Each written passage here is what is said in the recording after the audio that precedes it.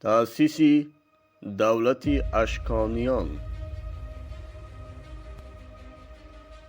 پارت در شمال و شرق خراسان بزرگ جای داشت. پس از آنی که سرزمین های تابع سلجوقیان به مثال باختر خود را مستقل اعلان کردند، سال 247 قبل از میلاد ارشک به مقابل اندرگار سر برداشته پارت را صاحب گردید. پایتخت آنها شهر نیسا امروزه دورتر از شهر اشخاباد ترکمنستان واقع است. این دولت نوتأسیس برای خود دو دشمن بزرگ داشت، یکی سلجوقیان و دیگر یونان و باختر. این دو که همه یونانی بودند می‌خواستند که پارت را از بین برند. از همین سبب اشکیک به گورگان لشکر کشیده یونانیان را از آنجا بیرون کرده گورگان را به قلمرو خود همراه نمود. سالهای 230-227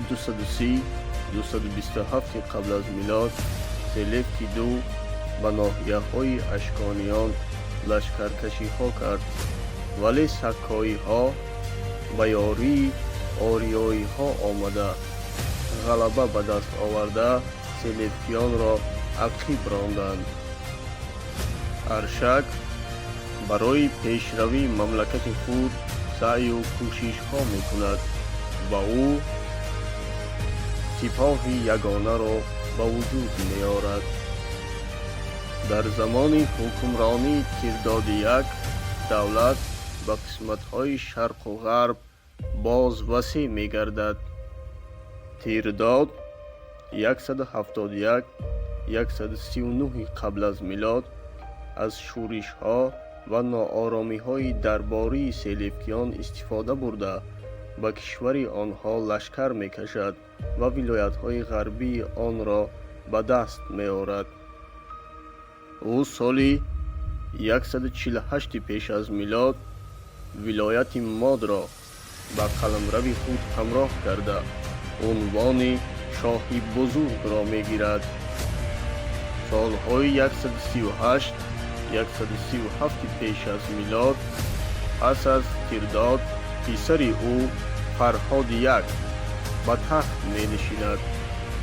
انتیاخ وضعیت سوری را آرام نموده برای ولایت های از دست رفته سلجوقیان لشکرکشی ها می کند و در نهایت این ولایت های از دست رفته را از دست اشکانیان می گیرد. باز فرهاد یک لشکری بیشمار جمع کرده به مقابل سلجوقیان می جنگد. کار تا به جایی می رسد که انتیاخ به قتل رسانیده می شود و با همین سلجوقیان نفوذ خود را در منطقه از دست می دهند. سال 130 پیش از میلاد امپریای سلجوقیان کاملا از بین می رود. در زمان حکمرانی میتریداد دو 123-87 پیش از میلاد دولت اشکانیان رشد و نمو یافت. ریمی ها در غرب برای تجارت اشکانیان خلل وارد می کردند و این باعث نافهمی ها میان این دو دولت می گردید. سالهای 57-53